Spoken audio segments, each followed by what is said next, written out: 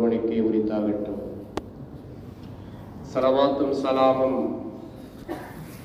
உலக மக்களின் வெற்றிக்காய் நாளைய சுவனத்தின் தளபதிகளை உருவாக்குவதற்காய் பாடுபட்ட உத்தம தூதர் ரஹ்மத்துல் லில் ஆலமீன் கண்மணி நாயகம் ஸல்லல்லாஹு அலைஹி வஸல்லம் அவர்கள் மீதிலும், அவர்களது வாழ்க்கையை எடுத்து நடந்து உயரிய நிலையை அடைந்த உத்தம சஹாபாக்கள், தாபிஊன்கள், தபஅ தாபிஈன்கள், கியாம நாள் வரைக்கும் அவ்வழியிலே வாழுகின்ற அனைவர் மீதும் உண்டாவதாக.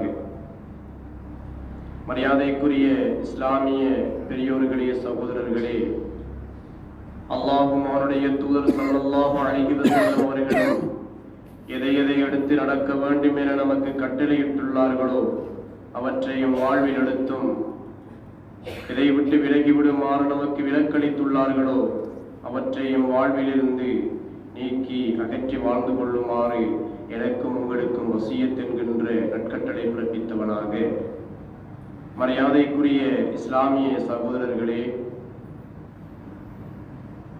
அல்லாஹ் சுப்ஹானஹு வ தஆலா ஒவ்வொரு மனிதனையும் இந்த பூமியிலே ஒரே தரத்தில் அவன் படைத்து வைத்திருக்கவில்லை. ஒரு சிலரை உடல் ரீதியான அழகோடு படைத்திருக்கிறான், இன்னும் சிலரை அழகில் குறைந்தவர்களாக படைத்திருக்கிறான், சிலரை செல்வத்தில் மிதக்கச் செய்திருக்கிறான், இன்னும் சிலரை வறுமையிலே மூழ்கடித்திருக்கின்றான், இன்னும் சிலரை அறிவிலே பெரும் மேதாவிகளாக மாற்றி இருக்கின்றான், இன்னும் சிலரை அறிவிலே அவன் குன்றச் செய்திருக்கின்றான். இதுவெல்லாம் கருணையாளனான அல்லாஹ் இந்த உலகத்தை ஆட்சி செய்கின்ற முறையாக இருக்கிறது. ஆலமுல் அரவாஹ் என்கின்ற ஒரு உலகில் நாங்கள் இருந்தோம். ஆலமுல் அஜிசாம் என்கின்ற ஜட உலகிற்கு நாங்கள் வருவதற்கு முன்னர் ரூஹுகளாக நாங்கள் ஒரு இடத்தில் ஒன்று சேர்க்கப்பட்டிருந்தோம். அந்த நேரத்தில் ஆதிபிதா ஆதம் அலைஹிஸ்ஸலாத்து வஸ்ஸலாம் அன்னவர்களை அல்லாஹ் படைத்து இந்த ரூஹுகளை எல்லாம் ஒரு இடத்தில் ஒன்று திரட்டி அல்லாஹ் அவர்களுக்கு காண்பித்தான். அப்படி காண்பிக்கின்ற பொழுது அதிலே அழகிய தோற்றம் கொண்டவர்கள் இருந்தார்கள், அதிலே பார்ப்பதற்கு அருவருப்பான கோலத்தில் உள்ளவர்கள் இருந்தார்கள், எல்லா வகையான மக்களும் அதிலே காட்டப்பட்டார்கள். அப்பொழுது ஆதம் அலைஹிஸ்ஸலாத்து வஸ்ஸலாம் அவர்களுக்கு ஏற்பட்ட அந்த மனவேதனையை அல்லாஹ்விடத்திலே சொன்னார்கள். யா அல்லாஹ், இந்த மக்களை எல்லாம் நீ ஒரே சமநிலையாக படைத்திருக்கலாமே என்று கேட்டார்கள். அதற்கு அல்லாஹ் சொன்ன வார்த்தை, உஹிப்பு அன் உஷ்கர லி, எனக்கு நன்றி செலுத்தப்பட வேண்டும் என்பதை நான் விரும்புகிறேன் என்று அல்லாஹ் சொன்னான். அல்லாஹுவினுடைய ஆசை என்னவென்றால், ஒவ்வொரு மனிதனும் தனக்கு கிடைத்திருக்கின்ற அருள் பாக்கியங்களை நினைத்து நினைத்து வல்ல ரப்புல் ஆலமீன் அல்லாஹுவிற்கு நன்றி செலுத்த வேண்டும். இதுதான் அல்லாஹ் மனிதர்களிடத்திலே இருந்து எதிர்பார்க்கின்ற ஒன்றாக இருக்கின்றது. ஸல்லல்லாஹு அலைஹி வஸல்லம் சொன்னார்கள், உன்துரு இலா மன் ஹுவ அஸ்ஃபலு மின்கும், உங்களை விட அருள் பாக்கியங்களால் குறைந்திருக்கின்ற மக்களை நீங்கள் பாருங்கள். வலா தன்துரு இலா மன் ஹுவ ஃபௌகக்கும், உங்களை விட அருளால் அதிகரித்திருப்பார்களே, மேலோங்கி இருப்பார்களே, அந்த மக்களை நீங்கள் பார்க்க வேண்டாம். அப்படி நீங்கள் பார்ப்பதுதான் அஜ்தரு என்று ஸல்லல்லாஹு அலைஹி வஸல்லம் சொல்லுகிறார்கள். அல்லாஹ்வினுடைய நிஅமத்தை இழிவாக பார்க்காமல் இருப்பதற்கு, அல்லாஹ்வுடைய ரஹமத்தை உயர்ந்த கண்கொண்டு பார்ப்பதற்கு அந்த பார்வைதான் முக்கியம் என்று ஸல்லல்லாஹு அலைஹி வஸல்லம் சொல்லி காட்டுகிறார்கள். தனக்கு கிடைத்திருக்கின்ற செல்வங்களை நினைத்து ஒரு மனிதன் விரும்மாப்படையவும் முடியாது, தனக்கு கிடைத்திருக்கின்ற ஏழ்மையை நினைத்து மனம் வெதும்பலும் ஆகாது என்பதுதான் இஸ்லாம் காட்டித் தருகின்ற நடைமுறையாக இருக்கின்றது. காரணம், எல்லோரையும் அல்லாஹ் ஒரு இடத்திலே அவன் சமப்படுத்துகிறான். ஒன்று, தாயின் வயிற்றிலே அவன் எப்படியான மனிதனாக இருந்தாலும் அவன் தரித்துதான் இந்த பூமிக்கு வர வேண்டும். அடுத்ததாக, அவன் எப்பேற்கொத்த மனிதனாக இருந்தாலும் அவன் மரணத்தை சுவைத்தே ஆக வேண்டும்.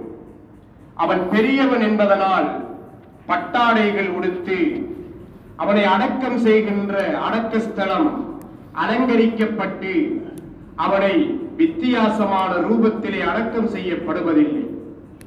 எல்லோரும் அவனுக்கென்று நிர்ணயிக்கப்பட்ட அந்த இடங்களில் அவன் அடக்கப்பட்டே ஆக வேண்டும். இதிலே இந்த இரண்டுக்கும் இடைப்பட்ட வாழ்வுதான் மனிதனுடைய வாழ்க்கை. இதிலே நான் பெரியவன் நீ பெரியவன் என்ற பார்வையை விட எனக்கு ரப்பு தந்திருக்கின்ற நியமத்து என்ன என்று பார்ப்பதுதான் ஒரு அறிவுடைமையான மனிதனின் செயற்பாடாக இருக்கிறது. அருமையான பெருமக்களே, நபி சுலைமான் அலைஹிஸ்ஸலாத்து வஸ்ஸலாம் அன்னவர்களுக்கு அல்லாஹ் கொடுத்திருந்த ஆட்சி அதிகாரங்கள் நமக்கு தெரியும். இந்த உலகத்தை அல்லாஹ் அவர்களுக்கு முழுமையாக வசப்படுத்தி கொடுத்திருந்தான். பறவைகள், பட்சிகள் என மிருகங்கள் எல்லாம் அவர்களுக்கு கட்டுப்பட்டிருந்தன. மனித கண்களுக்கு புலப்படாத ஜின்கள், காற்று கூட நபி சுலைமான் அலைஹிஸ்ஸலாம் அவர்களின் கட்டளைக்கு அடிபணிந்திருந்தது. அவ்வளவு பெரிய நியமத்தை அல்லாஹ் அவர்களுக்கு செய்திருந்தார்.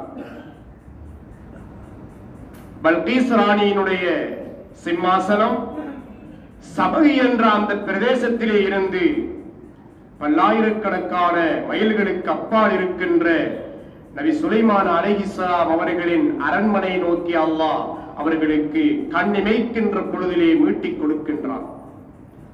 அல்லாஹ் செய்திருக்கின்ற அந்த நியமத்துக்களை எல்லாம் கண்ட நபி சுலைமான் அலைஹிஸ்ஸலாத்து வஸ்ஸலாம் சொன்ன வார்த்தையினை அல்லாஹ் அல் குர்ஆனிலே சொல்லி காட்டுகிறான்.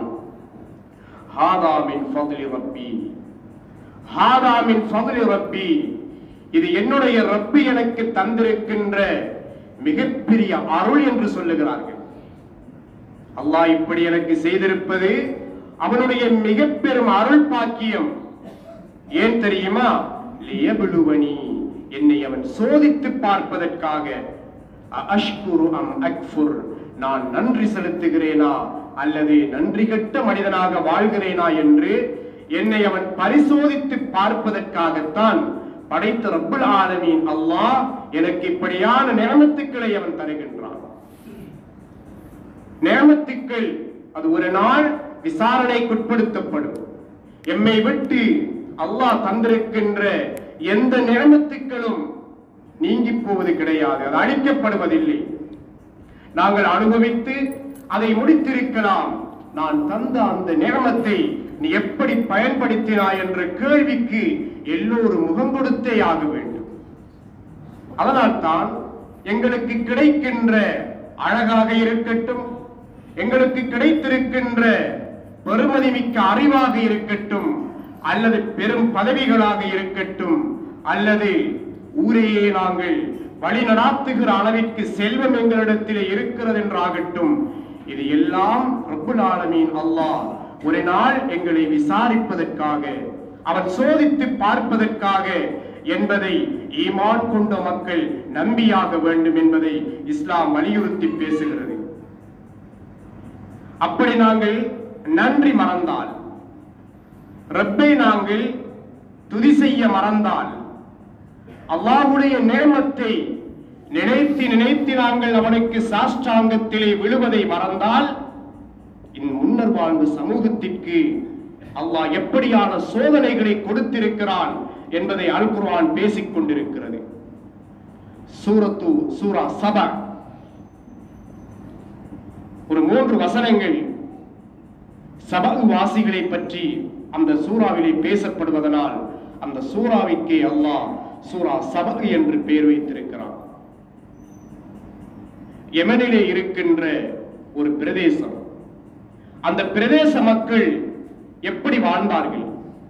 அவர்களுக்கு அல்லாஹ் எப்படியான நியமத்துக்களை செய்திருந்தான், இறுதியில் அவர்களுக்கு என்ன நடந்தது என்பதை அல் குர்ஆனுடைய வரிகள் மிக தெளிவாக எடுத்து கூறிக்கொண்டிருக்கிறது. அந்த வசனம் எப்படி தொடங்குகிறது என்றால், லகத் கான லிஸபஇன் ஃபீ மஸ்கனிஹிம் ஆயா, யமனிலே இருந்த சபகுவாசிகளுக்கு அவர்கள் வாழ்ந்த அந்த இடங்களில் பெரும் அத்தாட்சி இருக்கிறது. என்ன அத்தாட்சி? ஜன்னதானி அன் யமீனின் வ ஷிமால், வலது பக்கம் 2 தோட்டங்கள், இடது பக்கமாக 2 தோட்டங்கள் அல்லாஹ் அவர்களுக்கு அமைத்து கொடுத்திருந்தார். அவர்கள் நடந்து செல்லுகிற அவர்களது அந்த கிராமத்திலே வலது பக்கத்திலே பெரும் 2 தோட்டங்கள், இடது பக்கத்திலும் பெரும் 2 தோட்டங்கள். அல்லாஹ் சொன்னான், குலூ மின் ரிஸ்கி ரப்பிக்கும், உங்களுடைய அல்லாஹ் தந்திருக்கின்ற, ரப்பு தந்திருக்கின்ற அந்த ரிஸ்கை நீங்கள் உண்டு மகிழுங்கள். வஷ்குரு லஹு, உண்டு மகிழ்வதோடு அவனுக்கு நீங்க நன்றி செலுத்துங்கள் அல்லாஹ் சொல்லுகிறான். தஃப்சீருடைய அறிஞர்கள் அந்த சபகுவாசிகள் எப்படி இருந்தார்கள் என்பதை வர்ணிக்கின்ற பொழுது, மலைகள் பொழிந்து எங்கும் தண்ணீர் சிதறிவிடாது நீர்த்தேக்கங்களை அவர்கள் ஏற்படுத்தி இருந்தார்கள். அரிம் என்கின்ற பெரும் அணைக்கட்டினூடாக அந்த நீரை சேமித்து வைத்திருந்தார்கள். தேவையான நேரங்களில் அவர்களது தோட்டங்களுக்கு அந்த நீர்கள் சென்று கொண்டிருந்தது. அல்லாஹ் சொல்லுகிறான், பல்தத்துன் தய்யிபா, ஒரு அழகான ஊராக அது இருந்தது. எப்படி ஊர் என்றால், மரங்கள் அதிகமாக நிறைந்த ஊர் அது. ஆனால் அங்கே பாம்புகள் நடந்து திரியவில்லை, பாம்புகள் ஊர்ந்து திரியவில்லை, விஷ ஜந்துக்கள் அந்த பூமியிலே இருக்கவில்லை, புழுக்கள் அந்த பூமியிலே இருக்கவில்லை, ஏன் பேர் பூச்சிகள் கூட அந்த பூமியிலே இல்லை என்று தஃப்சீருடைய அறிஞர்கள் சொல்லித் தருகிறார்கள். அவ்வளவு அழகான ஒரு பிரதேசம் தான் அந்த சபகு என்கின்ற அந்த பிரதேசம். அல்லாஹ் சொல்லுகிறான், وَجَعَلْنَا بَيْنَهُمْ وَبَيْنَ الْقُرَى الَّتِي بَارَكْنَا فِيهَا قُرًى ظَاهِرًا وَقَدَّرْنَا فِيهَا السَّيْرَ. இவர்கள் ஒரு இடத்திலே இருந்து நடந்து செல்ல வேண்டும் என்றால் அதற்கான பாதையையும் நாங்கள் சீர் செய்து கொடுத்திருந்தோம். ஒரு பிரதேசத்திலே இருந்து, அந்த சபா என்ற பிரதேசத்திலே இருந்து மிக நீண்ட தூரத்திற்கு வியாபாரத்திற்காக செல்லுவார்கள்.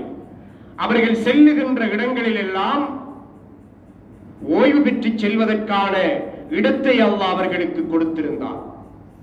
நிம்மதியான வாழ்வு, சுகந்தமான காற்று அவர்கள் சுவாசித்துக் கொண்டிருந்தார்கள். சில தஃப்சீருடைய உலமாக்கள் சொல்லுகிறார்கள், ஒரு பெண் ஒரு கூடையை, ஒரு வெற்றி கூடையை தலையிலே சுமந்து கொண்டு அந்த தெரு வழியாக சென்றாள் என்றால், அந்த தெரு முடிவதற்குள் கனிகளால் அந்த கூடை நிரம்பி வழிந்து விடுகின்ற அளவிற்கு அல்லாஹ் செல்வ செழிப்பை கொடுத்திருந்தார். கற்பனை பண்ணி பாருங்கள், அழகான நீர்த்தேக்கங்கள், சுற்றிச்சூழ பசுமையான இடங்கள், நீண்டு நெடுந்து வளர்ந்த மரங்கள். அது சாதாரண நிழல் தருகின்ற மரங்கள் அல்ல, மனிதர்கள் ருசித்து வாழ அல்லது ரசித்து வாழ இனிமையான சுவையான கனிவர்க்கங்கள். அந்த துறவுகளை எல்லாம், தோட்டம் துறவுகளை எல்லாம் அல்லாஹ் அவர்களுக்கு கொடுத்திருந்தான். அல்லாஹ் சொன்னதெல்லாம், நான் தந்திருக்கின்ற நியமத்துக்களுக்கு நீங்கள் நன்றி செலுத்த வேண்டும். ஆனால் இன்னும் அல்லாஹ் சொல்லுகிறான், சீரு ஃபீஹா லயாலிய வ அய்யாமன் ஆமினீன். இரவு நேரங்களில், பகல் நேரங்களில் நீங்கள் பயந்து திரிய தேவையில்லை. எந்த நேரத்தில் நீங்கள் உங்கள் வீடுகளில் இருந்து வெளிக்கிட்டாலும் நீங்கள் நிம்மதியாக உங்கள் ஊர்களில் நடமாட முடிகின்ற பாதுகாப்பான பூமியை அல்லாஹ் தந்திருந்தான் அந்த மக்களுக்கு. இப்பொழுது அந்த மக்கள் கேட்டார்கள், வகாலு ரப்பனா பாஇத் பைன அஸ்ஃபாரினா, யா அல்லாஹ், நாங்கள் செல்லுகின்ற இடமெல்லாம் எங்களுக்கு ஓய்விருக்கிறது, இது எங்களுக்கு பிடிக்கவில்லை, எங்களுடைய பயண தூரத்தை நீ எங்களுக்கு தூரமாக்கித்தான், எங்கள் பயணம் களைப்படைந்து வர வேண்டும், என்று அல்லாஹ்விடத்தில் இவர்கள் நன்றி மறந்து பேச ஆரம்பிக்கிறார்கள். அப்படி சில நேரம் நாங்கள் பேசுவதுண்டு. அது ஒரு நேமத்தி பஅத ஸவால் என்று சொல்வார்கள். ஒரு நேமத் அது இல்லாமல் போனதற்கு பிறகுதான் அதன் அருமை தெரியும். அது இருக்கின்ற பொழுது அதனுடைய பெருமதி நமக்கு விளங்குவதில்லை. அல்லாஹ் தந்திருக்கின்ற அந்த நேமத்தின் பெருமதி அது இல்லாமல் போகின்ற பொழுதுதான் மனிதனால் உணர்ந்து கொள்ள முடிகிறது. இவர்கள் கேட்டார்கள், அல்லாஹ் சொல்லுகிறான், அவர்களுக்கு நான் அநீதம் செய்யவில்லை, அவர்களே அவர்களுக்கு அநீதம் செய்து கொண்டார்கள். இந்த அநீதத்தின் காரணமாக அல்லாஹ் அந்த வசனத்தினுடைய ஒவ்வொரு வித்தியாசமாக அந்த வசனம் பேசப்பட்டுக் கொண்டிருக்கிறது. அல்லாஹ் சொல்லுகிறான்,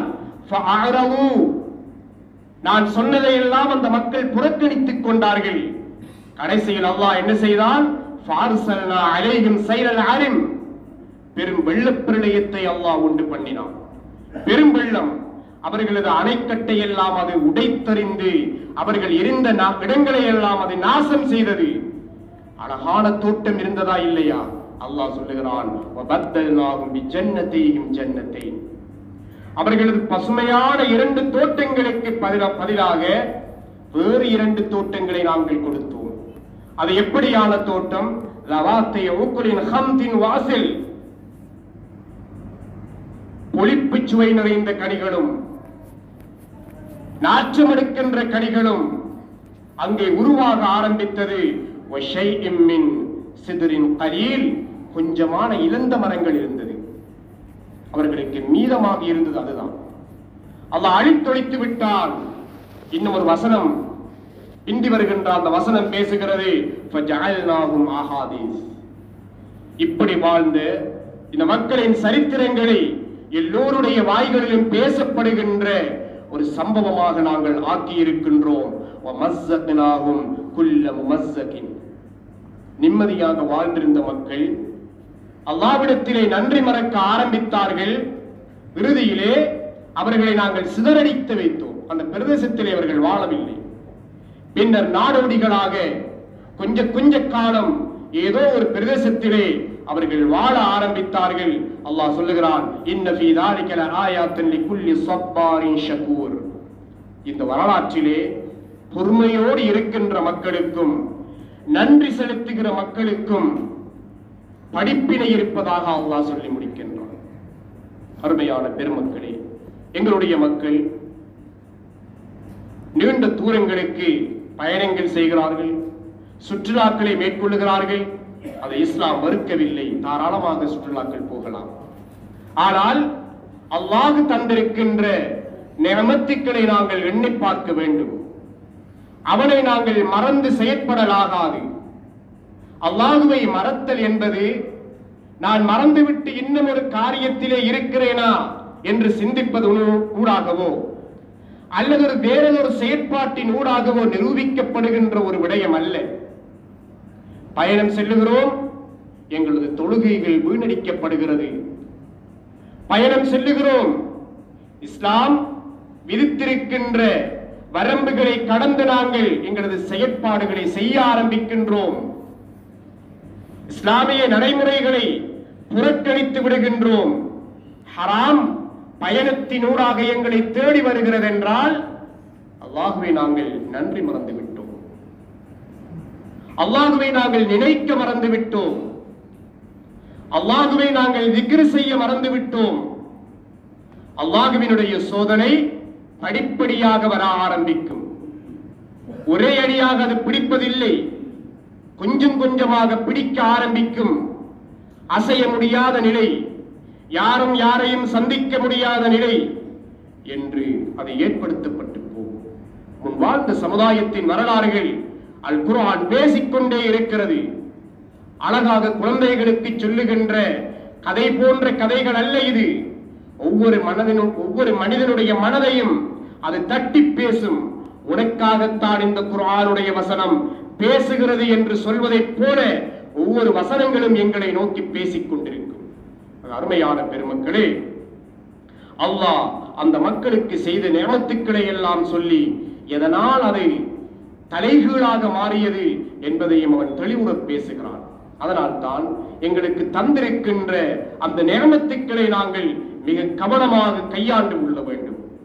இன்று ஒரு பக்கம் பயணங்களும் மனிதர்களின் சந்தோஷமான நிகழ்வுகளும், இன்னமொரு பக்கம் அதிகரித்து வருகின்ற மரண வீதங்களும்.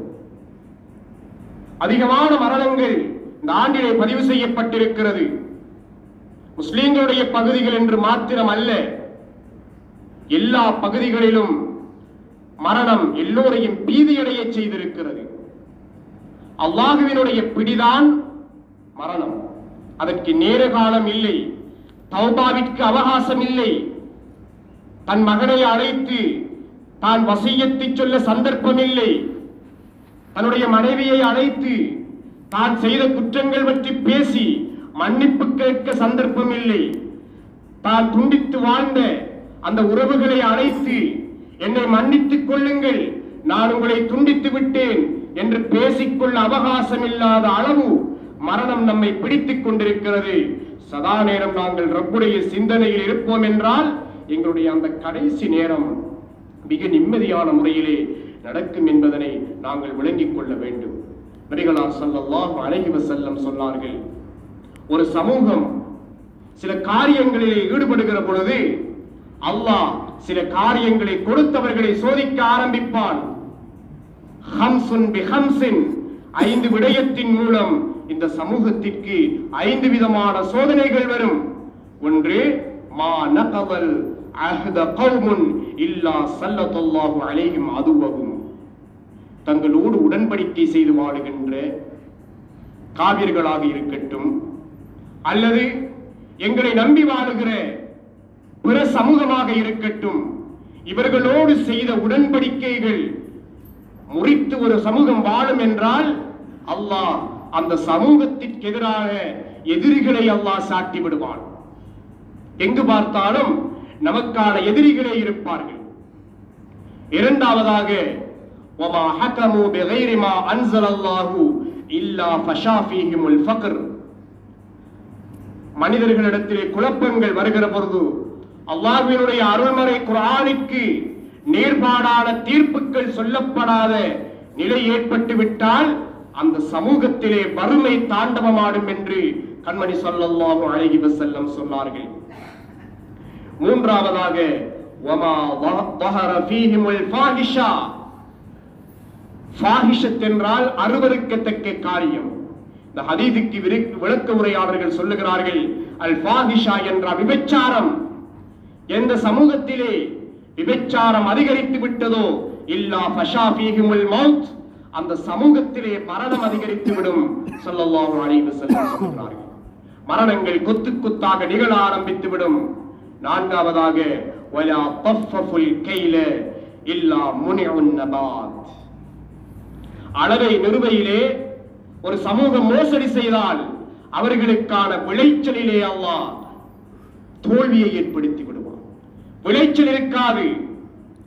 யாரோ ஒருவர் செய்கின்ற அளவை நிறுவை, யாரோ ஒருவர் செய்கின்ற வியாபாரத்தில் மோசடி, பிறரை ஏமாற்றுகிற தன்மை, பொருளின் தன்மையை மறைத்து அலங்கார வார்த்தைகளால் பேசப்பட்டு விற்கப்படுகின்ற வியாபாரங்கள், இவைகளெல்லாம் எங்கே கொண்டு போய் சேர்க்கிறது? நம் சிறு குழந்தைகளை பட்டினியிலே வாழ வைக்கப் போகிறது. நம்மை நம்பி இருக்கின்ற வயோதிபர்களை அது பசியிலே தள்ளப் போகிறது. வறட்சியை அல்லாஹ் ஏற்படுத்தி விடுவான். அதே போன்று அவர்கள் பஞ்சத்தால் பாதிக்கப்படுவார்கள் என்று ஸல்லல்லாஹு அலைஹி வஸல்லம் சொன்னார்கள். ஐந்தாவதாக, வலா மனஉ ஸகாத் ஹுபிஸ அன்ஹுமுல் கத்ர், தன் மீது விதியாக்கப்பட்டிருக்கின்ற ஜகாத்தை ஒரு மனிதன் கொடுக்காது அதை மறைத்து வைப்பான் என்றால் மழை இல்லாமல் அந்த சமூகத்தை அல்லாஹ் அழித்து விடுவான். மழை பொழியாது. மழை வேண்டும் என்று நாங்கள் அலைந்து கொண்டிருப்போம். மழைக்கான 1000 தத்துவங்களை பேசுவோம். ஆனால் அல்லாஹ் மழையை குறைத்து விடுவான். இப்படியான சோதனைகள் ஒரு சமூகத்திலே ஏற்படும் என்றால் நிச்சயமாக அந்த சமூகம் அழிவான பாதையை நோக்கி பயணிக்கிறது என்பதை நாங்கள் விளங்கிக் கொள்ள வேண்டும். அருமையான பெருமக்களே, நாங்கள் யாரும் யாரை விடவும் மிகைத்தவர்கள் அல்ல. அல்லாஹ் எங்களுக்கு தந்திருக்கின்ற அருள் நாளை அது இன்னும் ஒருவருக்கு சொந்தமாக மாறிவிடும். எங்களுக்கு தந்திருக்கின்ற அழகு ஆரோக்கியம் அது நாளை எம்மை விட்டு அது அகற்றப்பட வேண்டியது. யாரும் கடைசி நேரம் வரை நான் அப்படியே இருந்து விடுவேன் என்று சொல்ல முடியாது. அல்லாஹ்வை நினைத்து வாழ வேண்டும். மரணங்கள் அதிகரித்திருக்கின்ற இந்த நேரத்திலே எனக்கான மரணம் சரியாக வர வேண்டும். நான் செய்ய வேண்டிய வசியத்துக்கள் சரியாக செய்யப்பட வேண்டும். என்னுடைய பிள்ளைகளுக்கான வழிகாட்டல்கள் சரியாக செய்யப்பட வேண்டும். என் மனைவியின் ஹக்கை நான் சரியாக நிறைவேற்றி இருக்க வேண்டும். என் பெற்றோரின் ஹக்கை நான் சரியாக நிறைவேற்றி இருக்க வேண்டும். என் பிள்ளைகளுக்கான வழிகாட்டுதலை நான் சரியாக செய்திருக்க வேண்டும். இதுவெல்லாம் அல்லாஹ் நமக்கு தந்திருக்கின்ற நியமத்துக்கள் குறித்தான கேள்விகளுக்கு உட்படுத்தப்படுகின்றவை. நல்ல பிள்ளைகள் கிடைத்திருந்தால் இதற்காக ரப்புக்கு நன்றி செலுத்த வேண்டும். நல்ல மனைவி கிடைத்திருந்தால் ரப்புக்கு இதற்காக நன்றி செலுத்த வேண்டும்.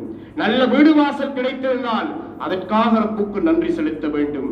யாருக்கும் அடிமையாகாது நல்ல தொழில் கிடைத்திருக்கிறது என்றால் அல்லாஹ்வுக்கு அதற்காக நன்றி செலுத்த வேண்டும். இல்லை இதெல்லாம் என் கண்களை மறைக்கிறது என்றால் நாங்கள் சோதனைக்குள் நிச்சயம் ஒரு நாள் அகப்பட்டுக் கொள்வோம். அந்த சோதனை அல்லாஹ்வினுடைய பிடி கடுமையாக இருக்கிறது என்று பல நாயன் அல்லாஹ் சொல்லித் தருகிறான். எனவே அருமையான பெருமக்களே, மனிதர்களாக வாழ்ந்த நாங்கள் ஏதோ ஒரு கட்டத்தில் தவறளிக்கிறவர்கள், அல்லாஹ்வின் பக்கம் நெருங்குவதற்கு என்று ஆசைப்படுகிறவர்கள், அந்த நேரங்களை நாங்கள் சரியாக அமைத்துக் கொண்டு அந்த ரப்பின் பக்கம் நெருங்குகிற பாக்கியத்தை நாங்கள் பெற்றுக் கொள்வோமாக. ரப்பே ரஹ்மானே யா அல்லாஹ், எங்களது பாவங்களை நீ மன்னித்தருள்வாயாக. கருணையாளனே யா அல்லாஹ், உன்னுடைய நியமத்துக்களை நினைத்து உனக்கு நன்றி பாராட்டுகிற நாவுகளாக எங்கள் நாவுகளை நீ தந்தருள்வாயாக. ரப்பே ரஹ்மானே யா அல்லாஹ், உன்னுடைய நியமத்துக்கள் குறித்து நாளை விசாரணை செய்யப்படுகின்ற பொழுது நிம்மதியான பதிலை சொல்லுகிற திடகாத்திரத்தை நீ எங்களுக்கு தந்தருள்வாயாக. ரப்பே ரஹ்மானே யா அல்லாஹ், உலக முஸ்லிம்களுக்கு நீ வெற்றியை கொடுத்தருள்வாயாக. பலஸ்தீனிலே வாழுகின்ற சின்னஞ்சிறார்களை நீ பாதுகாத்து விடுவாயாக. ரப்பே ரஹ்மானே யா அல்லாஹ், வயோதிபர்களை பெண்களை நீ பாதுகாத்தருள்வாயாக. கருணையாளனே யா அல்லாஹ், உன்னை வணங்கப்படுகின்ற பள்ளி வாயில்களை நீ பாதுகாத்தருள்வாயாக. ரப்பே ரஹ்மானே யா அல்லாஹ், யாரெல்லாம் அந்த பூமியிலே இருக்கின்ற எங்களது ஈமானிய உறவுகளை அழிக்க நினைக்கிறார்களோ அவர்களுக்கு நீ ஈமானிய பெருஞ்சோதியை கொடுத்தருள்வாயாக. அல்லது இந்த உலக மக்களுக்கு படிப்பினையாக நீ அவர்களது அழிவை ஆக்கி அருள்வாயாக.